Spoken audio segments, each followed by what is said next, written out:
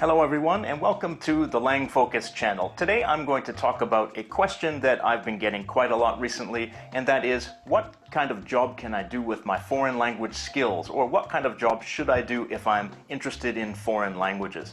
Now, this is a question that I respect because I've witnessed a lot of people investing years of their life into studying a language, kind of with the assumption that it would naturally improve their career or give them new opportunities, but without having a plan for how they would use that language, they didn't really benefit from it and ended up being quite frustrated. So young people who are asking this question early on, I think you are thinking about things the right way. But the answer to this question depends on just how you imagine your life in the future and how far you really want to go with your language study.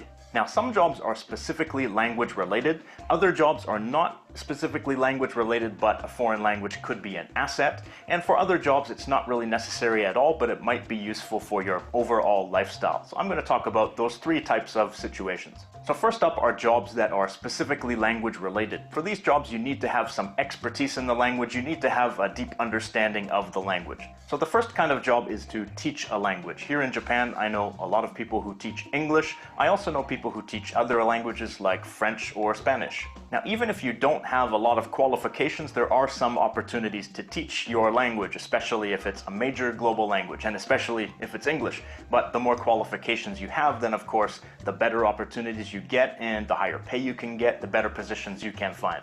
Now, if you want to study a foreign language that's not your native language and then teach that language, then you're looking at a situation where you really need to get some expertise, you really need to get qualifications. You should get like a master's degree or maybe a PhD, or qualifications that show that you know that language very well at an academic level, at a deep level, not just a conversational level. That's if you're going to teach a language that's not your native language. Now, another type of job that is language specific is becoming a translator or an interpreter. Now, the difference between those, just to clarify, a translator is somebody who translates texts. They translate written materials from one language to another. But an interpreter is somebody who translates speech. They translate the things people are saying live in real time as they are speaking. Now, being a translator or an interpreter requires you to have a very deep understanding of that language because there's really no room for error or misunderstanding. You have to translate sometimes very important information, and mistakes could be a big problem.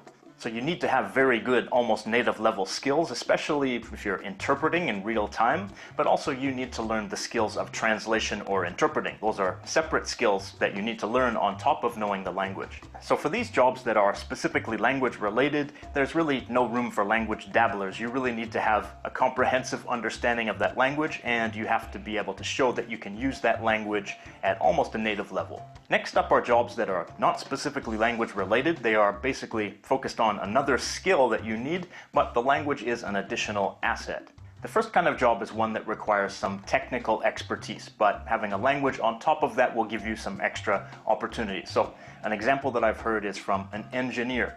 His company sells some sort of machines to companies around the world, and they send this engineer to those companies so he can teach people how to use those machines in their factories. So he learns foreign languages so that he can do that.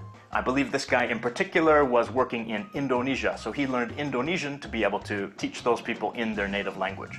Another example career is business with a regional focus. For example, maybe you get a commerce degree or you get a master's of business administration, an MBA, but also you have some language skills, and maybe you work for a company that does business in that region or does business with companies in that region. Another example career is the foreign service, being a diplomat, being someone who works at your country's embassies abroad.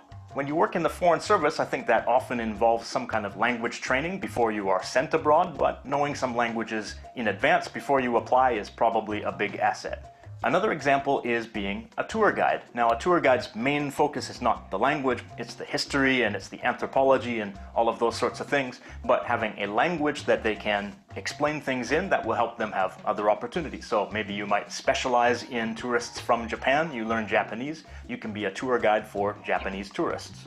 Depending on where you live, another option might be to do some other job in the tourism industry or open a business in the tourism industry. If you live on Bali Island in Indonesia, then you would be crazy not to learn English and Japanese and maybe some other languages that are common amongst tourists. Another career is being a cabin attendant. Now, their main focus is on safety training, on emergency response and that kind of thing, but knowing a language, that's an additional asset. Probably they need to know English in most cases, but they also need to know the language of the country they're working in or of the destination that they often fly to. Maybe they don't need to know it fluently, but knowing some of that language will help them deal with the passengers on the plane. So if you live in Los Angeles and you often fly to Asia, then knowing Japanese or Korean or Mandarin or another language like that would probably be a big asset. Now, all of these jobs I just talked about, they're focused on another important skill. So they're not focused on language, so you don't need a specific language qualification in most cases, but you need to be able to demonstrate that you can use that language on the job. That's the most important thing. The third type of job I want to mention is one that doesn't really have any language requirement, but learning that language would be useful for your off time and for your overall lifestyle. So let's say that you live in Singapore and your company does business in English, then you don't have to learn any other language. People in Singapore speak English, but nearby is Malaysia and Indonesia. So let's say you want to travel there on your off time. Learning Malay or learning Indonesian would be very useful in that situation. So think about the kind of lifestyle that you want to have and think about how languages fit in with that. Let's say that you want to live the corporate expat lifestyle in some place like Hong Kong, then you can study Cantonese while you get your finance degree or you get your MBA or whatever. If you want to be a programmer and you can program from your laptop anywhere in the world, then think about what country you would like to live in and learn the language of that country. If you're an avid traveler and you love the idea of living in different countries all the time, then you can learn how to do businesses on the internet and you can learn the language of whatever countries that you want to spend an extended period of time in. Or if you want to learn a foreign language and you want to someday reach an expert level and be able to teach that language, then plan ahead for that. Maybe go for your master's degree, your PhD. Try to really get a deep understanding and overall knowledge of that language. So these are just my thoughts on it based on things that I know and things that I've heard, but a lot of the viewers have different perspectives. Some of you probably have jobs that involve foreign languages, so we want to know what you think. If you have any other ideas or any questions about this topic, leave them down below. Thank you for watching and have a nice day. Selamat datang di channel Lang Fokus dan saya akan bicara tentang pekerjaan apa yang bisa saya dapatkan dengan kemampuan bahasa asing saya. Banyak dari kita yang belajar bahasa tetapi kita mulai berpikir dan kita berakhir dengan frustasi. Tapi jawaban itu tergantung dari diri Anda sendiri dan kemampuan bahasa Anda. Pada saat ini ada beberapa prospek pekerjaan untuk bahasa. Yang pertama adalah pekerjaan yang benar-benar membutuhkan kemampuan bahasa, seperti guru, bahasa, interpreter, dan translator. Pekerjaan seperti interpreter dan translator adalah pekerjaan yang menerjemahkan sebuah teks, yang interpreter adalah lisan, dan yang translator adalah teks tulis, dan itu benar-benar membutuhkan kemampuan khusus dalam bidang bahasa. Yang kedua adalah pekerjaan yang tidak membutuhkan keahlian bahasa, tapi bahasa menjadi kemampuan tambahan atau aset tambahan. Contohnya adalah insinyur. Insinyur yang ditugaskan untuk menjelaskan sebuah cara kerja alat di negara lain, tentu saja itu akan membutuhkan kemampuan bahasa. Walaupun bukan fokus utama, tapi bahasa menjadi aset tambahan untuk menunjang pekerjaannya. Contoh lainnya adalah pemandu wisata. Pemandu wisata menunjukkan tempat-tempat wisata dan fokus untuk menjadi guide untuk turis yang dia menjadi kliennya. Walaupun bahasa bukan fokus utama, tapi bahasa dapat mempermudah pekerjaan tersebut. Contohnya lain adalah bisnis internasional. Tentu saja dalam bisnis internasional akan membutuhkan bahasa asing untuk berkomunikasi dengan orang dari negara lain. Gelar bahasa di sini tidak diperlukan, tapi kemampuan bahasa sangat dibutuhkan. Ketiga adalah pekerjaan yang tidak ada hubungannya dengan bahasa. Contohnya adalah pramugari. Pramugari dalam pesawat hanya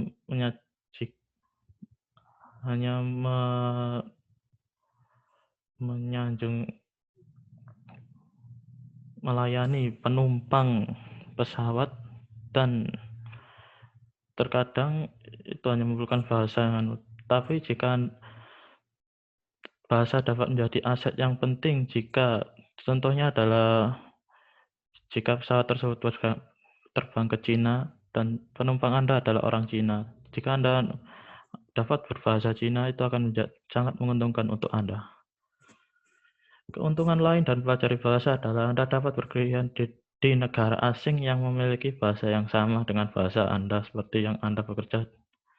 Contohnya adalah jika Anda bekerja di Singapura dan Anda berasal dari Inggris, Anda tidak akan perlu mempelajari bahasanya karena kedua negara tersebut bahasanya adalah sama.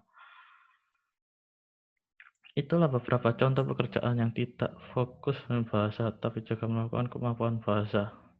Jadi kesimpulannya, Anda tidak harus memerlukan pengakuan atau gelar, tapi itu semua tergantung dengan bagaimana Anda berpikir, bagaimana Anda memanfaatkan kemampuan bahasa Anda.